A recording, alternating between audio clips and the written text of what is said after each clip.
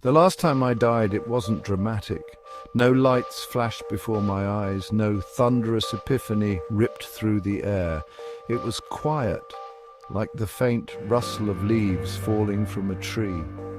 The world simply folded in on itself, and I was gone. It wasn't the kind of death you'd expect.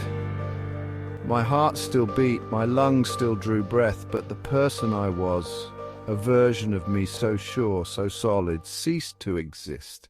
I remember the moment it happened. I was sitting in a cafe, the kind of place that smells like burnt coffee and old books, watching the rain bead on the window. And then it hit me. Everything I thought I knew about myself was a lie I'd outgrown. It wasn't a sharp pain, just a slow, creeping realization that the skin I'd been living in no longer fit. Dying in this way is both terrifying and liberating. You mourn the loss of who you thought you were, your routines, your beliefs, the certainties you carried like armor, but you also realize that life doesn't end with these deaths. It begins again, every time. I thought about how many times I had died before without noticing.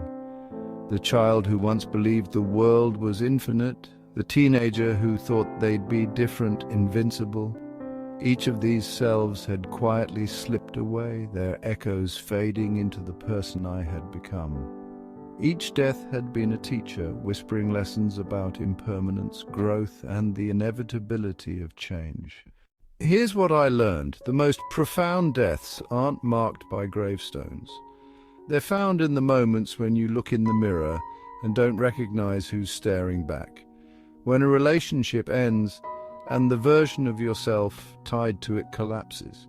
When a dream shatters and you're left picking up the jagged pieces, trying to build something new. Every death carves a path to something greater, if you let it. But there's a catch.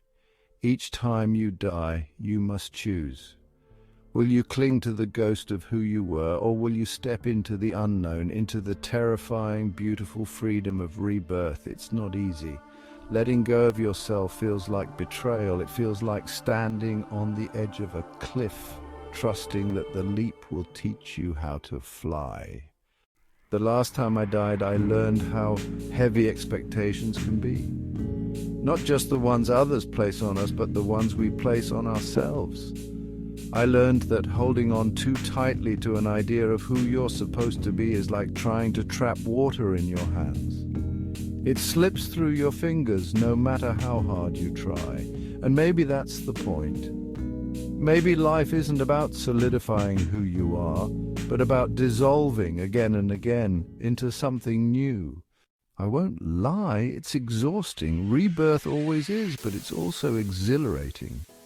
Because with every death comes a chance to rewrite your story, to walk paths you never dared to before, to become someone you never imagined you could be. The truth is, we are always dying. Every moment is a farewell to what was and a quiet hello to what is yet to come. And while that thought might spark an existential crisis, it's also a reminder of how fleeting and precious each moment is. If everything is temporary, then every experience matters. Every laugh, every tear, every mistake, it all shapes the mosaic of who we are becoming. So the next time you feel like your world is crumbling, remember this. Endings are rarely the end. They're pauses, interludes, breaths before the next symphony begins.